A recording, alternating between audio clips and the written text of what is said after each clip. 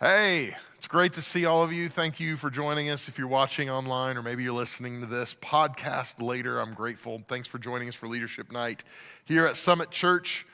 I appreciate it. For those of you that are watching online, if you're new to Leadership Night, basically what we do is we will take a leadership topic or principle, we'll unpack it, walk through it together for 25 or 30 minutes, and then we'll just take some time to talk and apply it together and talk about what does that look like, and maybe ask some questions and dialogue within the room. And so if you're watching online and you're interested, make sure that you ask some questions, post those in the comments, and we'll take a look at that, and hopefully we can get to some of those as well. And I do want to encourage you guys that are here, these podcasts are available if you search, Michael, you might need to help me with this. If you search on iTunes or what is it called? Apple Podcasts, if you search Apple Podcasts or Spotify, summitpodcast.church is like a clearinghouse for all of our podcasts, whether it's the She Is Community podcast, the Back 40 Leadership podcast that we do for pastors and leaders, our sermon podcasts, or these Leadership Night podcasts. All those can be found there. But if you search on those major platforms, Summit PA Church, all one word, you should pull it right up. And so if you ever want to go back and listen, or maybe there's a podcast you want to share with a friend, you can find those there. And if you've got questions about that, you can email Michael Bond from our church website, and he'll get you squared away. So I do appreciate you guys joining us. Hey, let me pray over our time together, and then we'll jump in.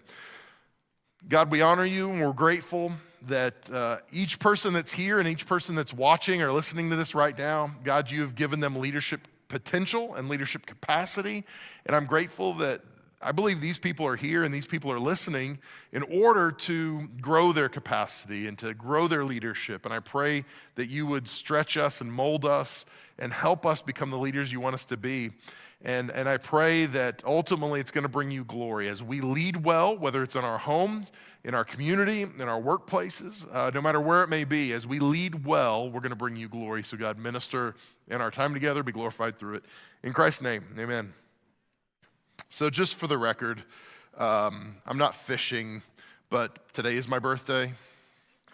And we're not singing happy birthday. I don't need that. I'm 46. I've had so many birthdays that now they're devalued. It's like U.S. currency. When you have so much, it wasn't worth very much. And so I've had enough birthdays that now my birthday is not worth as much as it used to be. So I want to say, if you've texted and I haven't responded, or you've messaged me or whatever it might be, thank you for that.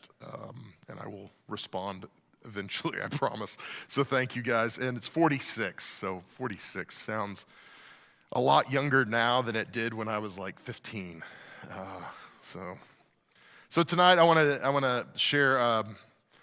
I told somebody earlier, this is a rerun from 2020. I was looking back through some old Leadership Night talks that we've done, and this was from January of 2020. Does anybody remember January of 2020, just generally speaking?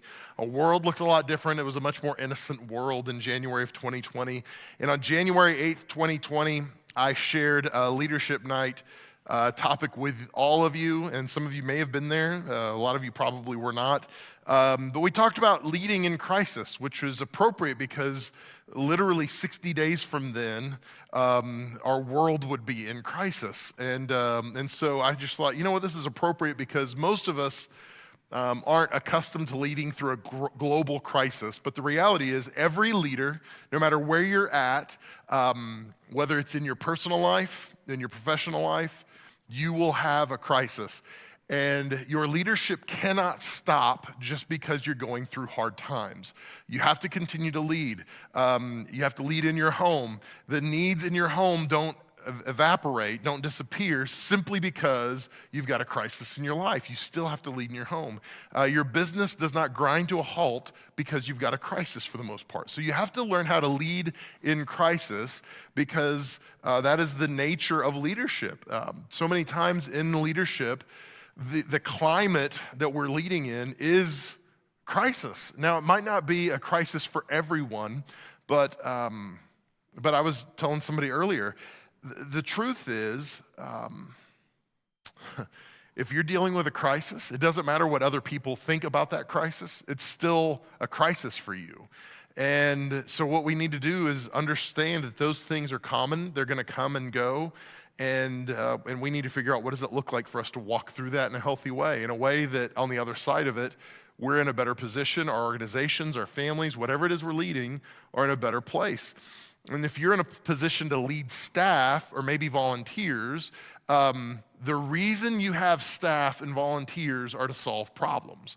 Our staff here at Summit, they are hired to solve problems specifically. We want them in roles to solve problems. And if they are unable to lead in crisis and solve problems in crisis, then they're probably not gonna be a very good leader for us. So we have to help them learn how to manage even in difficult situations. And if they're causing more problems than they're solving, then they definitely should not be part of our team. And I would say the same thing for your teams. No matter who you lead, if they're causing more problems than they're solving, then they're probably not the right fit for your team. Yeah, it doesn't matter how much crisis you fix. If you cause the crisis, that's a problem. So don't cause your own crisis. So let me just walk through this. A lot of times, especially on the heels of COVID, when we think about crisis, we think about something like that. But a crisis might be, for you, a crisis might be a diagnosis from the doctor. Thankfully, last week I was in Oklahoma for a few days, and it was right on, like my brother-in-law got some really bad test results. And so I was able to be there. Thankfully, I already had it scheduled. I was able to be there as they were kind of waiting for some other things to develop. And thankfully, we heard today he's fine. Like, there are no issues. Everything's clear. But that's a crisis.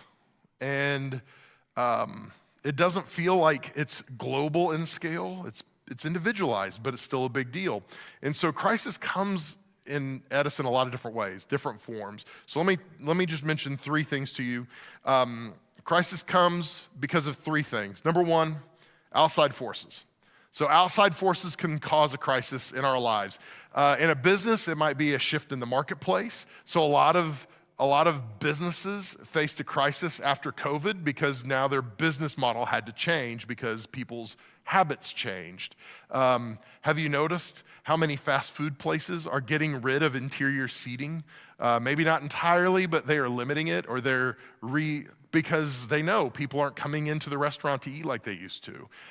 They're beefing up their automated ordering spots because wages have gone up. They can, so the market has shifted. And if you're still expecting everybody to come into your restaurant and sit in your restaurant and eat, and you've got a full staff, you're probably falling behind from a market perspective. So there's outside forces that are causing you to have to change. And it's a crisis for many companies.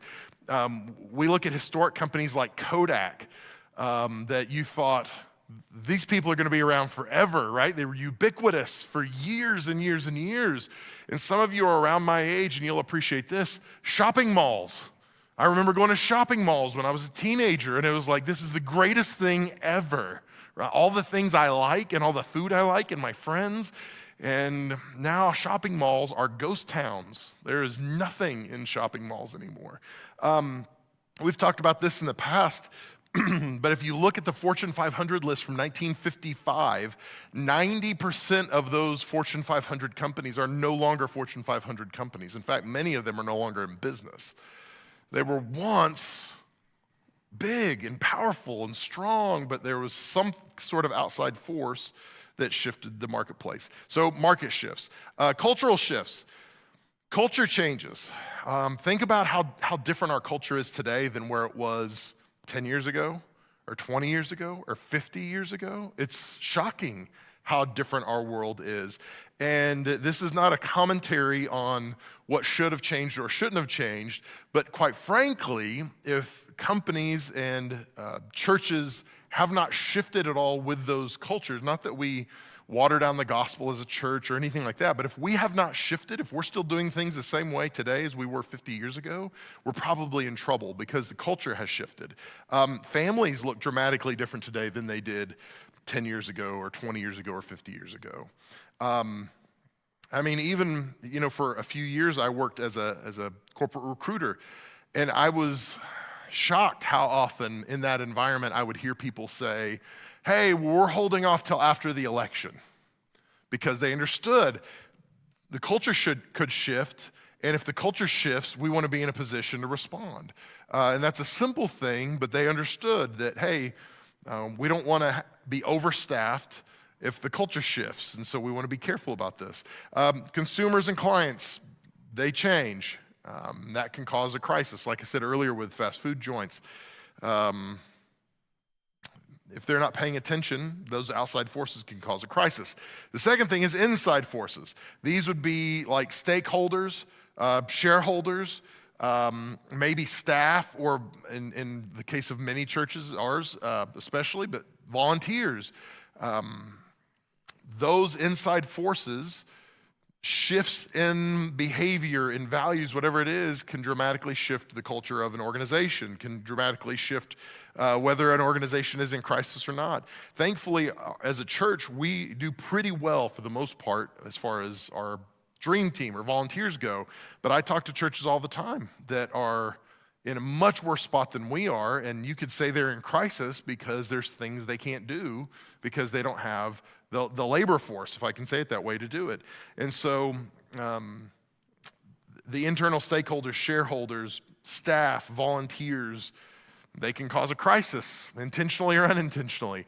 I've told pastors of smaller churches, they will tell me all the time, man, I wish I had a staff. And I will tell them, you only wish you had the right staff. Because we've got a great staff, and honestly, we don't have any staff on our team that cause me to have a crisis in my heart or mind or anything like that. But we've had some wrong staff members here, but also in my last church, and they can cause the most damage to our church. In your organization, if you've got the wrong people on your team in the wrong seats, they can cause an incredible amount of damage, and they can be responsible for a crisis in your organization. And so it's important to understand who those people are and the responsibilities they have and their character. And so understand those inside forces. They can cause a crisis. And the third thing is that can cause a crisis is a failure of the leader. And this could be a performance failure. And we've seen this over and over and over. Large corporations, they bring someone in, and they're just the wrong fit, and the company goes the wrong direction, and they remove this CEO, and they bring in another CEO to try to right the ship. So performance can cause this, but behavior can cause it as well. So it might be a moral failure. And we make a lot about moral failures within churches, which rightly so we should. But even in secular organizations, non-Christian organizations, if the person in charge of the company or of the department or of the whatever it might be, if they are morally compromised, it's going to cause issues all the way down the line. And so, think about it even in a home. If a dad is morally compromised, if he's got questionable morals, forget about Christian or unbeliever, whatever it is, if they're just morally questionable, it's going to cause problems in the organization. It can never be as healthy as you would like it to be.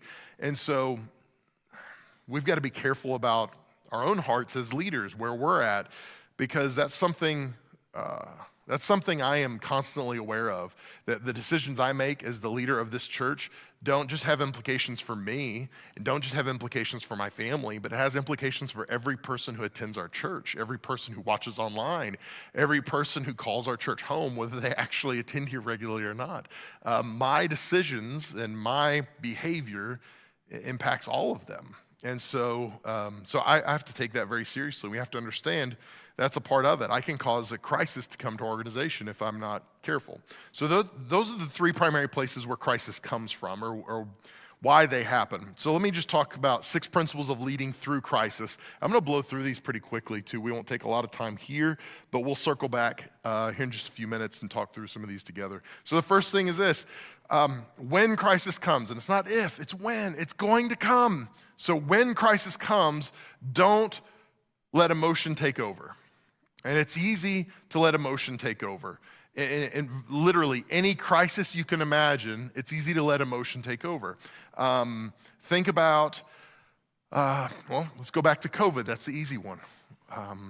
A lot of people were driven by fear during COVID. A lot of organizations, a lot of leaders, they were driven by fear. What's going to happen? What is this going to look like? And their emotions took over. So one of the ways we combat that is to focus on the facts. Focus on what do we actually know? What are the things we know for sure? Let's not speculate, let's not guess, let's not dream, let's not hope, but let's focus on what do we actually know about what's going on. The second question that's important, and this is not just for churches, this is for families, this is for non-religious organizations, who do we need to care for? Like, okay, we're in a crisis, there's things we need to do, but if people are important in your organization, you need to ask yourself, who is it we need to care for? What do they need from us? What do we need to be doing to help them navigate this crisis? Because that's the difference, to me, that's the difference between a good organization and a great organization. A good organization is going to be successful. But a great organization is going to have healthy people and successful people. So the organization doesn't just win, but the people in the organization are winning as well. And so the difference in those two things are really focus. Who are you focusing on? What are you focusing on? So who do you need to care for? The third thing that I would ask is what needs to happen first? What's the priority? A lot of times we focus on how do we get out of this mess, but we don't think about it systematically and go, well, where do we start? And so I think you have to ask the question, where do we begin? What do we need to do first and prioritize behavior? And the fourth thing under focus on the facts would be this, refuse to lose sight of the big picture because of the crisis. A lot of times in crisis, what we do is we focus on survival. How do I get out of this crisis? And we lose sight on the big picture, on the horizon. Where do we want to be as an organization? And we just try to get through this moment. And again, this comes back to this emotion taking over. We just got to get through this. And the emotion isn't just fear, it can be pride. Maybe you've had a personal attack. Somebody has attacked your character, somebody has attacked, whatever it is, and your pride can lead you to make decisions that you should not be making because, well, I'll show them. Oh, well, I'll prove to you. Might be anger. That's tied together with that. Might be fear, but there's lots of different emotions that can drive us when we're leading in crisis. And here's the thing I would encourage you into. You will never, ever experience crisis that's fear-free.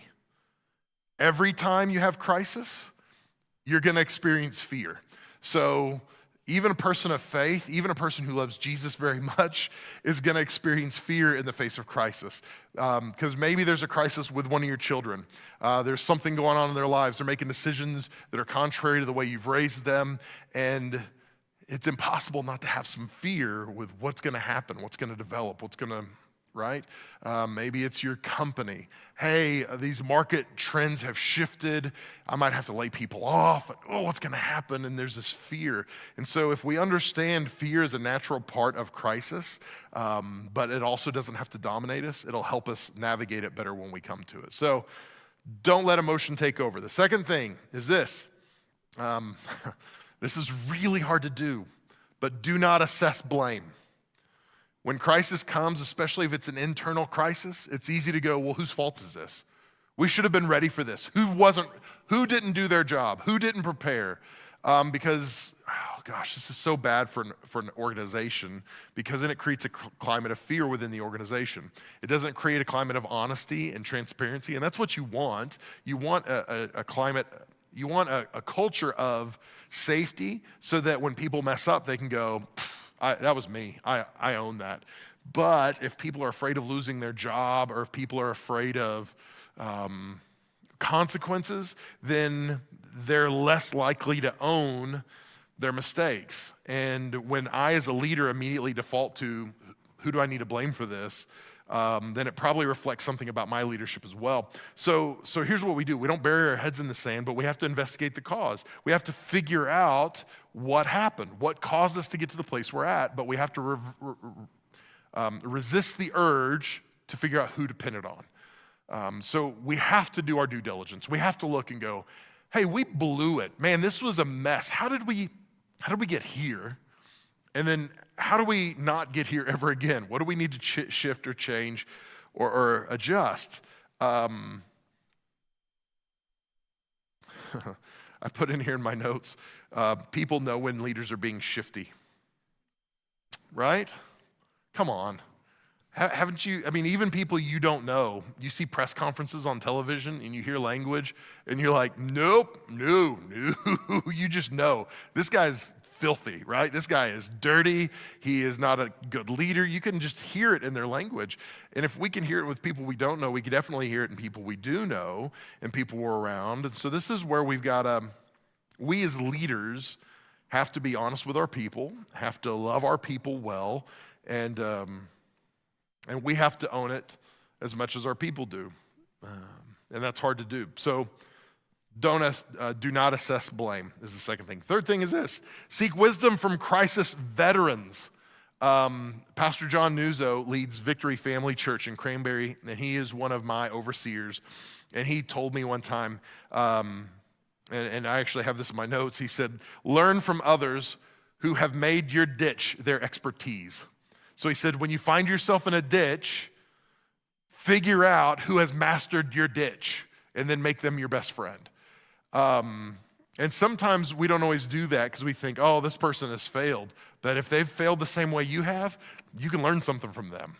If they're going through a similar experience, or if they have gone through one that you have going through, it's really important for you to connect with them and to learn from them. And this is part of humility, is saying, hey, we're stuck. I don't know how to get us out of this place we're in. We're dealing with this crisis, and I don't know what to do. Because the truth is, very rarely will you ever lead in a crisis that you have all the expertise you need. There's probably going to be a lack in your life somewhere if you're walking through a crisis. And so you need to find people who have been through that before. Build relational equity and draw from it in crisis. The best time to make a friend is before you need a friend. And so too many times when we're in crisis, that's when we're like, I need somebody.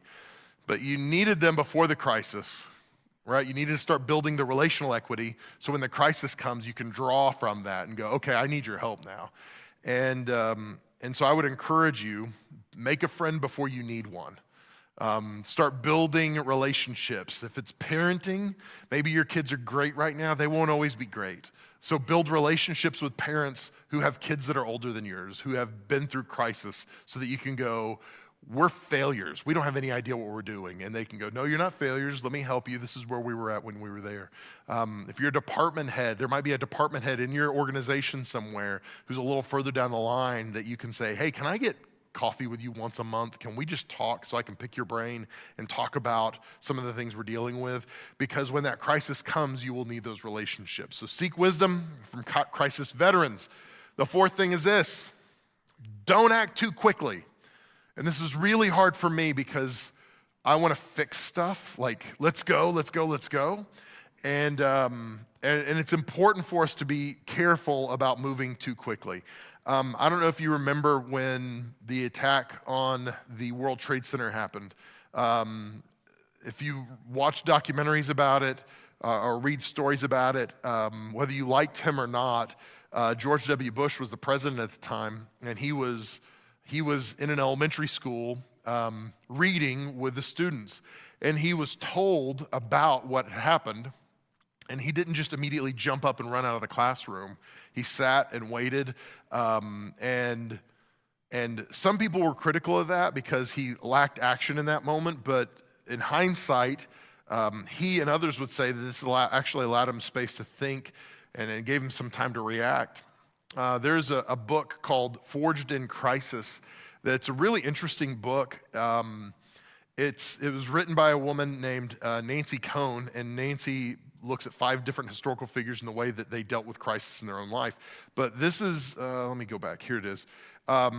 This is what she said. She said, in our own white-hot moment, when so much of our time and attention is focused on instantaneous reaction, it seems almost inconceivable that nothing might be the best something that we can offer. So sometimes in our effort to not seem passive, we go, okay, I've got to take action. But maybe in that moment, the best thing for you to do is go, let's wait and see what's going to happen. Let's just hit the pause button. Let's hold on. Let's not be too hasty about decision making and just see what develops. Wait and see is often the best place to start when it comes to crisis. I would say the one exception to let's wait and see would be if someone is in danger or someone is putting others in danger. So we need to take action immediately in those situations. But a lot of times many times the crisis is slower developing than it feels. And it feels like it came on all of a sudden, but a lot of times the crisis we're dealing with have been developing over time. And not to make light of this, and I'm sure Todd has too, but I've gotten phone calls from people, 10:30 on a weeknight. Mel, I need to talk to you right now. Can we meet with you right now? What's going on? My marriage is in crisis. It's like, okay, well, what's happening? Well, it's this and this and this. Okay, why don't you come to the office tomorrow? I've got time at 2:00. No, this can't wait till tomorrow. It needs to be right now. I'm like, this didn't happen today. It took 15 years for you to get here. It's not gonna hurt to have 12 more hours before we talk, right? It's a slower developing problem than what they thought it was, but in the moment it felt like a crisis. And many times the crisis we're dealing with is the same way. It's slower developing than we feel like it is, and so it's not as urgent for us to do something immediately. We can wait and just say, okay, well, let's see what's gonna happen, what's gonna develop. So that's number 4. Number 5, don't act too quickly, but don't wait too long. You're like, well, great. You're no help to me at all. One of the things I've told our staff before, it's been a while since I've repeated it, but never let a little monster become a big monster. I think a lot of times you've got leaders like me that probably act too quickly at times, and then there are a lot of leaders that act too slowly because we are conflict averse. And so because we don't want to have conflict, we go, well, maybe it'll work itself out. Maybe I won't have to have that conversation. Maybe if we just ignore it, it'll go away.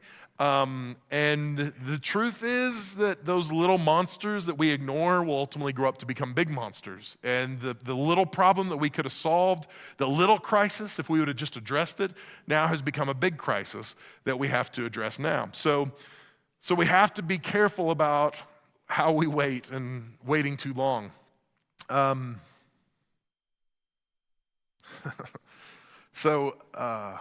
think the statute of limitations has passed, and I can share stories from Summit that are older. So I'm going to go ahead and share one. So back in 2015, I had a very good kids and youth pastor. I was grateful for the 2 young men that were part of our team. And we were about to announce to our congregation that we were building a $4 million youth and kids wing. And literally, we were going to announce it on Sunday, and that week, I was having a conversation with my kids' pastor. And during the course of the conversation, I realized, I think he's quitting. And so I asked him, are you resigning? And he was like, well, man, I'm thinking about it. It was like, oh, sweet mama, like, okay. And I knew that he was close to the youth pastor. I said, is he thinking about resigning as well? And he was like, oh, I mean, you'll have to talk to him. I don't know. And I was like, oh my gosh. I'm about to announce to our church a $4 million addition. And at that time, our total income per year was about $1.3 million. So I'm about to announce a major addition to our church that focuses on kids and youth, and my kids and youth pastor are about to resign.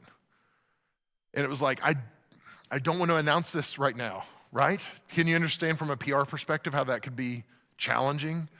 Hey, I'm so excited about this kids and youth building, but we just don't have any kids or youth pastors. Like, right? And so we talked about it, and we were like, well, when do we announce, and what do we say, and how do we say it? And at the end of the day, we were honest about, hey, they've made decisions to do this, and here's what we're doing, but it's gonna be fine. And I am telling you, I don't lose sleep. My staff can tell you, like, I'm compartmentalized, and when I make a decision, like, all right, let's go, and I don't overthink it or think about it again normally. I lost sleep over that because I was so concerned about what people are gonna say and what are they gonna think and what's gonna happen and we're gonna lose momentum and all this stuff. But at the end of the day, it was a blip on the radar. It wasn't that big a deal, but it was a crisis to me. And so we had to figure out, hey, when do we announce this? How do we talk about this? And we kind of threaded the needle in hindsight on, we didn't wait too long, but we also didn't do it immediately. We gave it just a little bit of time and then walked through it with the appropriate people and talked about it. And so it worked out. But here's the thing, if you wait too long, it looks like you're being deceptive. And the worst thing that can happen in a crisis is that you lose trust. So what you don't want to do is lose trust in the midst of a crisis. You want to be honest, but sometimes, quite frankly, as a leader, there's things you can't share with the people you're leading for whatever reason. So you got to be careful about, hey, I want to share as much as I need to share to help people understand a situation, but I got to be careful that I don't break confidences, or that I don't make someone look bad, that I don't, any of those kind of things. So, wait the appropriate amount of time is what I'm telling you. The last thing is this: be honest, don't hide the truth, but address it directly. Own the loss as a leader, whether it was your fault or not. Own it. I was trying to think before I made an emphatic statement. I don't think I've ever regretted owning something that I wasn't directly responsible for. As a leader, it's crazy how it helps build credibility because your people see, okay, you know what? I don't know if that was really their fault, but they were protecting and covering their team, and it will buy you credibility. Even if you have to take a loss in the moment, ultimately it's better for you long term to protect your team and to be honest about what's going on. Leaders should always take too much of the blame and not enough of the credit. I tell our church that all the time. I get too much of the credit around here because I'm the one that's just the most visible.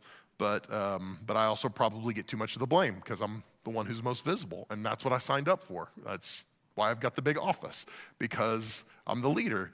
And that's what we have to understand. If you're the leader of a department, if you're the leader of the family, if you're the leader of whatever it is, a company, you're gonna get too much credit, more than you deserve, but you're gonna get too much blame too, more than you deserve. And that's just where we live as leaders. So be honest, own what you need to own. Don't try to shift or shield yourself or protect yourself. It'll work itself out. Like I said earlier, this ultimately breeds trust with your people, with the staff, stakeholders, leaders, volunteers, whatever it is, and it'll help you with clients too. If you can say, "Hey, we were dumb, we messed this up, but I promise we're going to learn from this and we're going to get better." The people you're serving, the people that are buying your products, whatever it might be, they're gonna trust you more when you can do that. So before I get into some just conversation, let me just share a couple resources with you. I mentioned one, Forged in Crisis by Nancy Cohen. Another one is Crisis Leadership by Tim Johnson. And his focus is on organizations to develop crisis-ready culture. So basically, they are ready when crisis comes their way. And then there's another book called Chief Crisis Officer by James F. Haggerty. And in that book, he takes a tactical approach to crisis, and he classifies crisis by their speed. And this is kind of interesting the way he does it. He talks about exploding crisis versus unfolding crisis. And he suggests that companies take preemptive steps and talks about what to do and how to do that. And so it's an interesting read as well. If you're interested, you can pick those up on Amazon. So let's open it up. Let's talk. And again, this is not just big, major, company-wide, worldwide crisis. This might just be a personal crisis. How do I lead my family through this? Whatever it might be. So let's open it up and let's just talk. Questions or comments? You guys have been around. You know this. If you don't, Michael will. So What kind of daily or weekly routines do you keep which have been most beneficial to you in the midst of crisis? Uh, well, here's the thing. In crisis, it's easy to mess up your normal routines. And so I think whatever your normal routines are, it's probably good if you can continue to observe those as much as possible, because the more of those you can keep control of, the easier it will be for you to manage that crisis. So I would say that in a general way. Me personally, I mean, I'm the pastor, so it's going to sound cliche to say, leaning into my time with God, prayer and devotion, meditation, those kind of things. But the ironic part is, in crisis, those are the things we retreat from. But in crisis, that's when we need those things the most. And so it's easy to get out of those habits when crisis comes our way, which is, it doesn't make sense at all. But I think everybody in this room and people watching online probably have experienced that same thing, that like something bad happens and then our routine goes out the window. Like, hey, we're eating and working out and now we're just eating gallons of ice cream, or you know what I mean? Like, because crisis has come and life shifts and now forget it. And so I think whatever your habits and routines have been, if you've had good, healthy routines and habits, try to maintain those. But that's a great question. Anybody else have any feedback on that or thoughts on that? What habits or routines that you have established that are helpful during crisis? Yeah, go ahead, Michael. I want to make sure anybody watching or listening can hear that. Say that again. I said a good support team. Yeah. When I was pastoring full time, I had a intercessory prayer group that I met with weekly. Absolutely. And I had a couple crises that happened early Sunday morning within the family, and literally walked in the midst of the basement and said, I need you guys to pray over me this morning because I don't have it together. Yeah. And that meant all the difference in the world. Yeah. When I couldn't see straight because of emotion. Yeah. Yeah, and that goes back to, you're affirming what I said earlier about make a friend before you need it, Yeah. It's hard to anticipate what ditches you're going to end up in, but that's where building relationships with people that have been in lots of different ditches is helpful. Diversify your ditch friends. There you go. It's the name of my upcoming book. So, what else?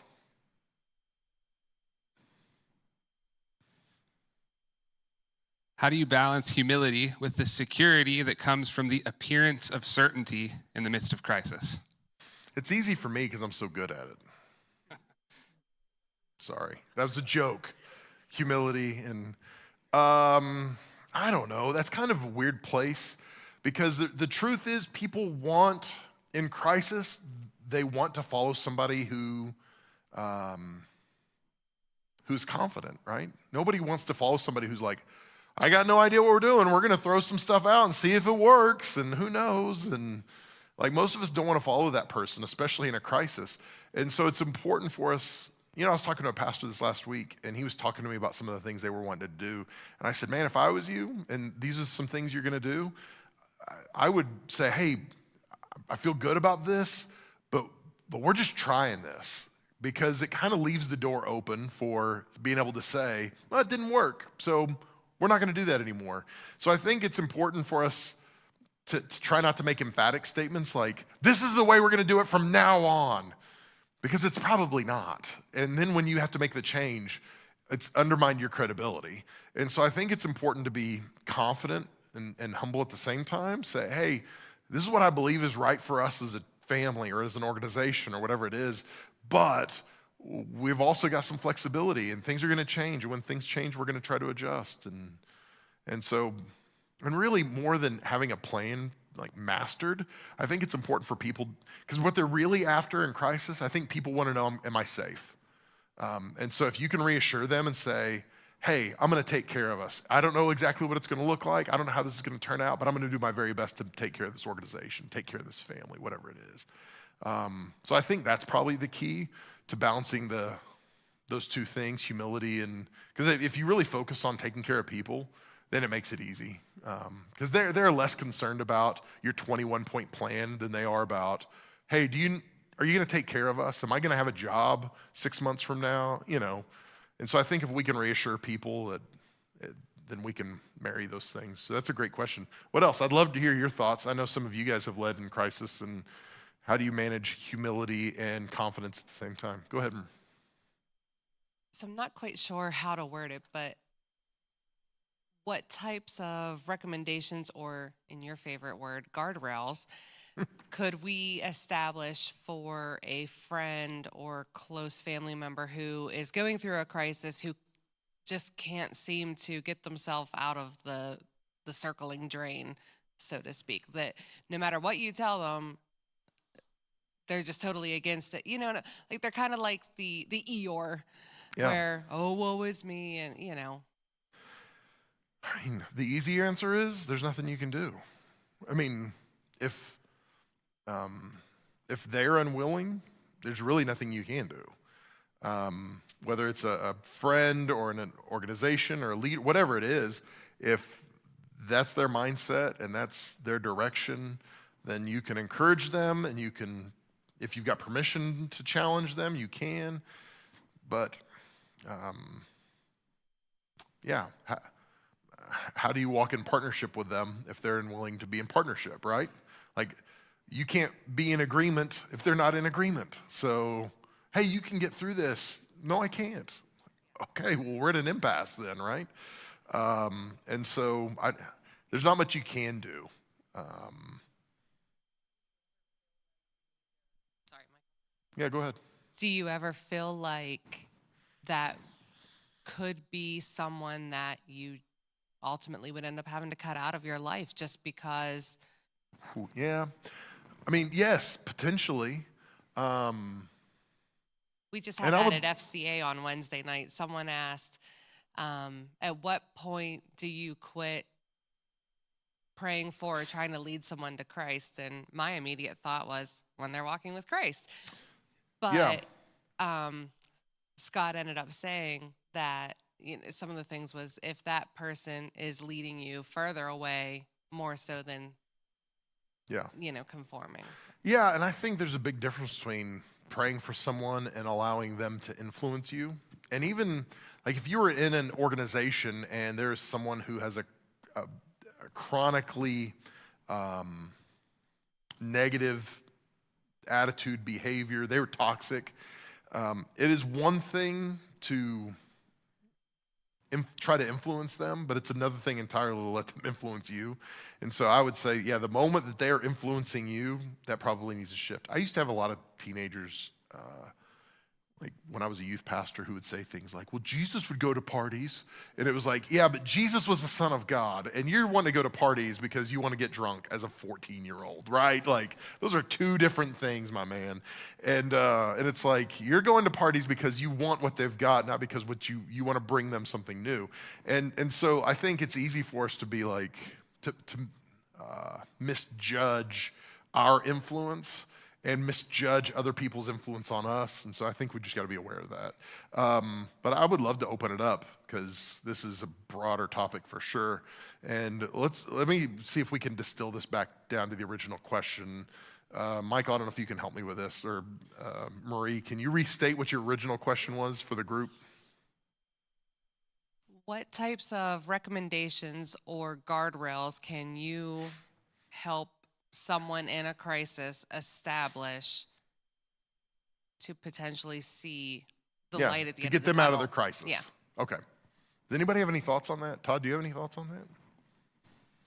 I'm putting you on the spot now. I'm like, dang, why did I sit in the front? Oh, and now I even get the mic. So that's awesome. I really didn't have a thought. Now you have to fabricate Now one. I have to have one. Well, I would say anytime you can help people reframe the situation, see it from a different angle, see it from a different light, help them to understand the perspective of somebody who's on the outside. Because sometimes we're so caught up in the middle of it, that we can't see the forest for the trees, that whole kind of idea. And so if you can help them to shift their perspective, You can help them to reframe it, help them to see the positive aspect of something. Like what might they learn from this? What might they gain from this? Especially if they're a believer, you can say, what is it that God might be doing in you in the midst of this crisis? What is it that God's revealing about himself to you in the middle of this? How can we see this from a different angle? And that can often be the thing that will just trigger a different train of thought or a different viewpoint in somebody's perspective and help them to see a way out. This is terribly morbid. All I could think was you were saying that is, oh, I'm sorry you've got cancer. At least you'll see Jesus sooner. It's like, wah, wah. Yeah. And I think I think you're right. But gosh, that's hard. Because even when you do that, sometimes people are,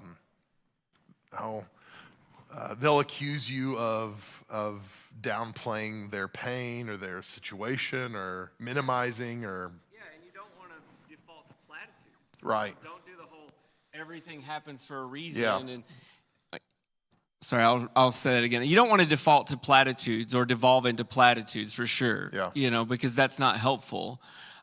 You want them to be able to see substantive things. Yeah.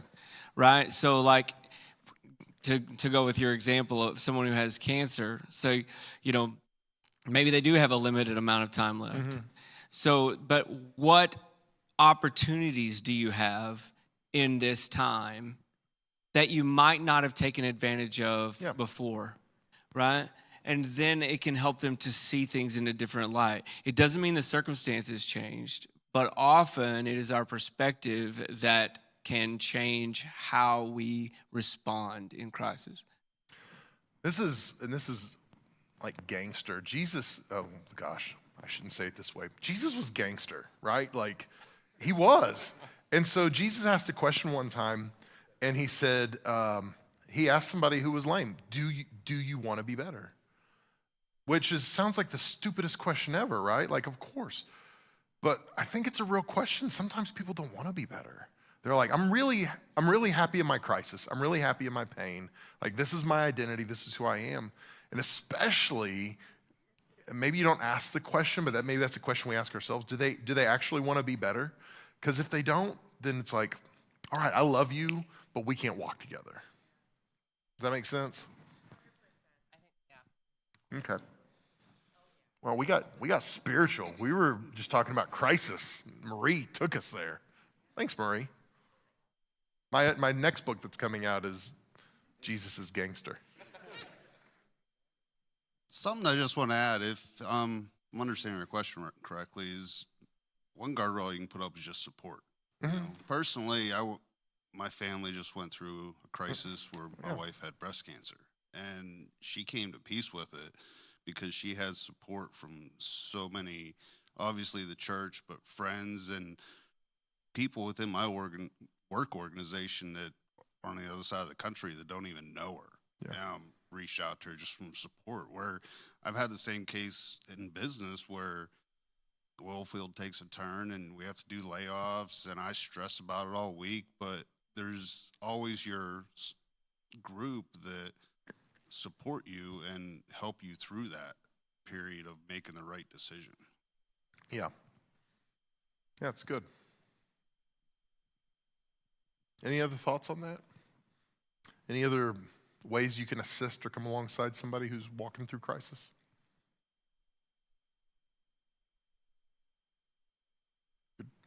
Good question. Good feedback, guys. What else we got? What preemptive steps can you take to prevent people from becoming demoralized because of a crisis? I'll open it up to you guys. I have a thought, but I'll open it up to you guys. What are some preemptive steps we can take to keep our teams from becoming demoralized when crisis inevitably comes? Not even just to the team, but maybe to them as an individual. What are some things we can do?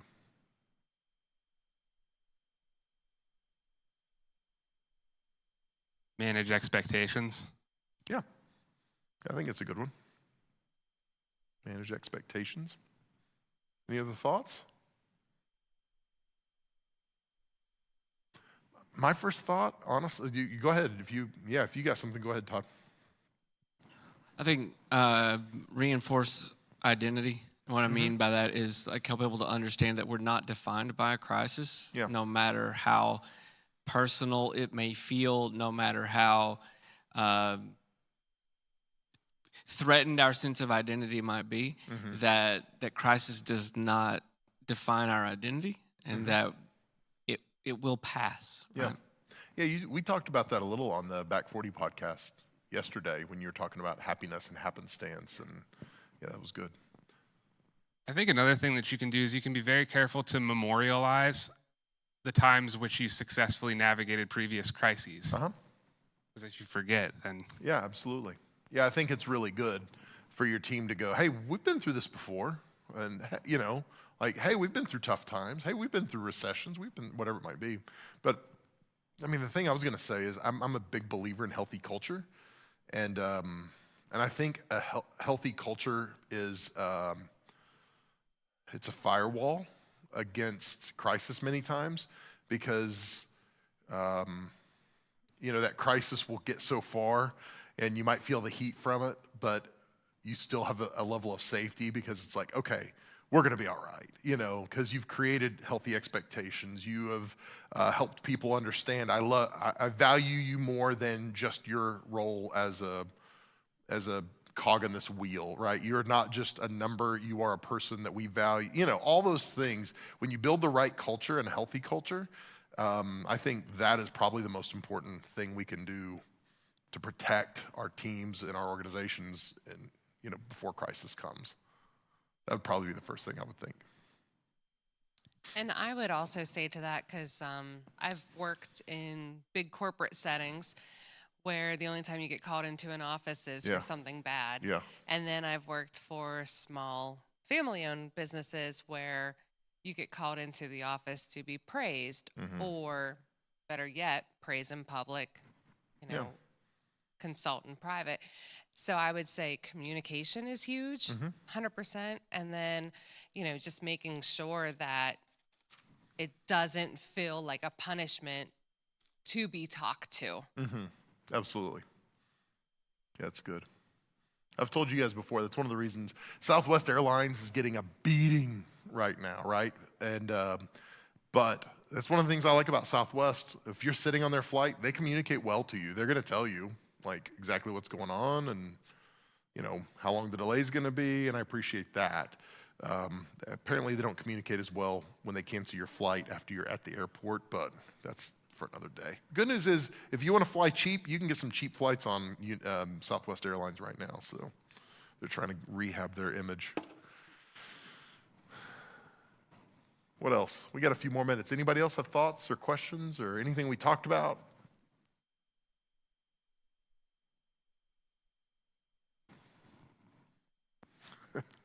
What are some of the most destructive assumptions a person can hold when entering a crisis? That's a great question. Most destructive assumptions.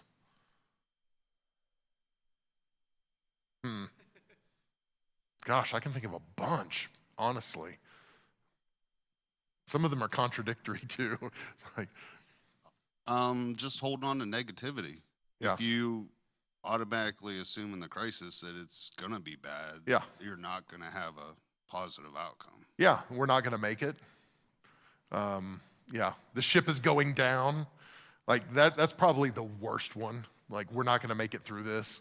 The flip side of that is, this will take care of itself. Absolutely. And that's why I was saying, I've got all these thoughts, but they're contradictory, right?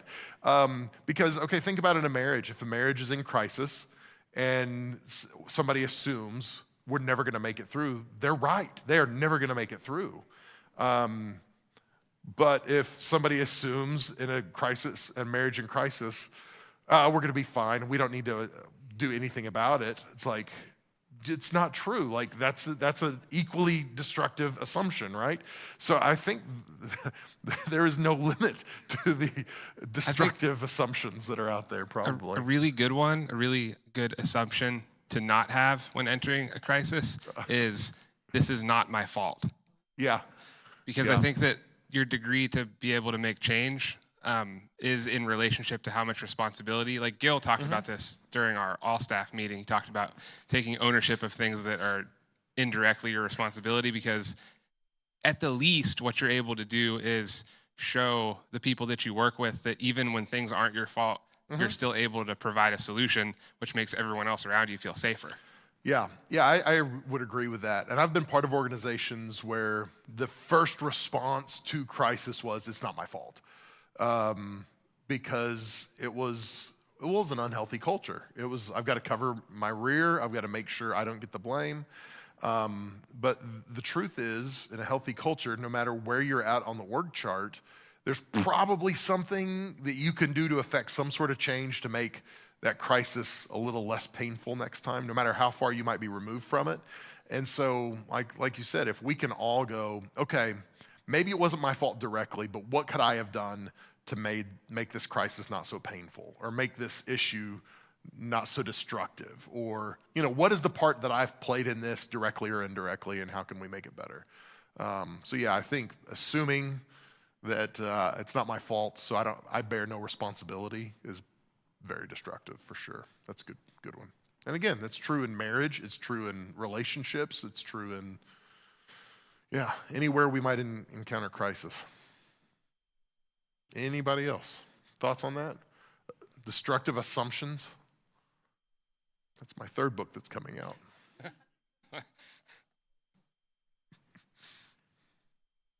John, did you have something? You just stretching your hand? Oh, okay. I've also got a heavy metal album coming out. I'll tell you about sometime. Oh, goodness. We were doing our podcast on Tuesday, and Michael brought up a hypothetical about this is not going to make any sense in this context, about raccoons. He said, raccoons don't have death camps. And I was like, it's my new heavy metal band. Raccoon Death Camp. Like, come on. Sounds good. Album drops next week. So next question. We got 4 minutes left, so. How do you determine whether a person is trying to take advantage of you in the midst of crisis? It's a good one. Thoughts on that? How do you spot somebody who's being an opportunist in crisis? Thanks, John. Employees of mine who have a reputation of throwing people under the bus at every opportunity. Yeah. To that. But I think going back and forth, thinking about what you had said about do not access blame in the middle of the crisis. You have to have some sort of medium where you hold your team accountable.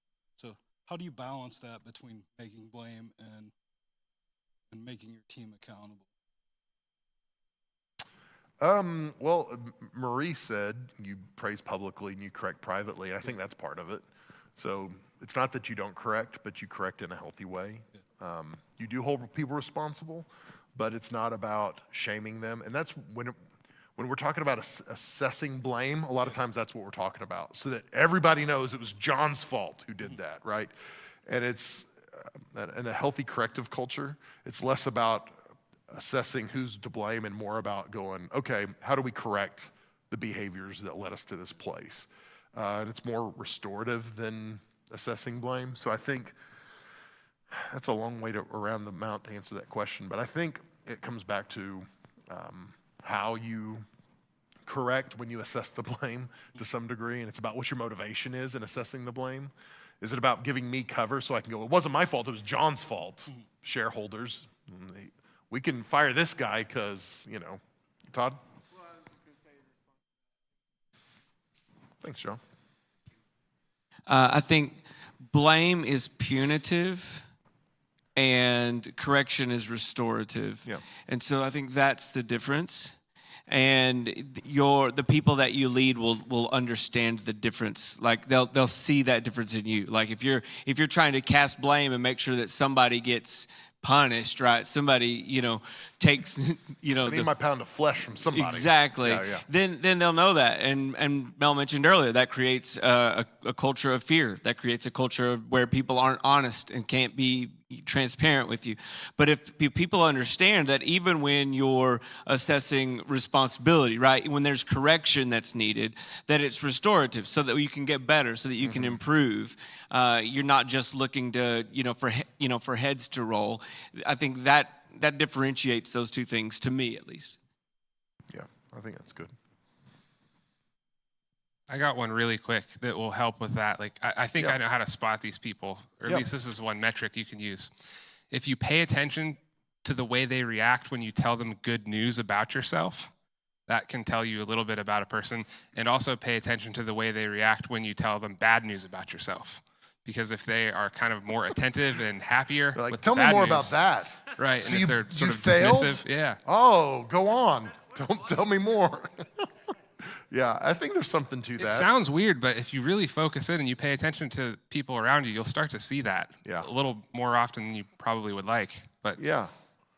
Yeah, and honestly, I mean, your culture determines that to some degree, but like that comes back to our own hearts. And like even for me, when I see another church doing well, there's a tiny part of me that I have to put to death that is like, oh, right? And it's like, especially in church, we're the kingdom, like we're one church, right? And so like that's something I have to do and go, no, I'm gonna clap for them. I'm gonna cheer them on privately and publicly so that my heart is conditioned to do that. And so as believers in a workplace, even if you're in a unhealthy culture, I would encourage you, be the first clappers for the people around you. When they do well, condition your own heart to say, hey, this might not change any of them, but it's gonna change me. And I'm gonna change the culture of my heart at least, even if I can't implement that change in everybody else. So that's good. That's probably a good place for us to stop tonight. It's 8:01, I'm sorry we went a minute over. Let me pray for you and we will close out. God, thank you so much. Lord, thank you that you're not the author of crisis in our lives, but when crisis comes, we know that you're gonna be there to walk us through it. So God, I pray for every person that's here, every person that's watching online, every person that's listening to this podcast. I pray that as they are navigating crisis, God, they're gonna do it well. They're gonna do it in a way that brings you glory. I pray that they're gonna lean on you, that God, they are gonna build friends and build those relationships before they need them, that they're gonna do their best to honor you, that they're gonna build a healthy culture in their home, in their workplaces, so that when crisis inevitably comes, they're gonna weather it well. So God, I pray that we would see we're not immune from crisis, but God, we can weather those storms if we have you by us and walking with us. So God, I pray that would be our highest endeavor. And I pray that you be glorified through it. Bless us the rest of this evening and the rest of this week. And I pray that you be glorified through our work, through our relationships, through our families. In Christ's name, amen. Guys, thanks for joining us. If this is helpful, sign-in sheet. Oh yeah, if you didn't sign in, sign-in sheet's right up here. Feel free to get signed in. And then Vanessa Zuro will send out some notes tomorrow. So thank you guys. If this was helpful, make sure you share it with somebody on social media, on podcasts, whatever it might be, and let's make sure we're helping people get better. All right, God bless you guys. Have a wonderful night. Oh yeah, by the way, if there are people at your table you don't know, take a minute and introduce yourself to the other people at your table, and just get their names and find out a little bit about them before you guys go tonight. So thank you guys. I love you. Hope you guys have an awesome night.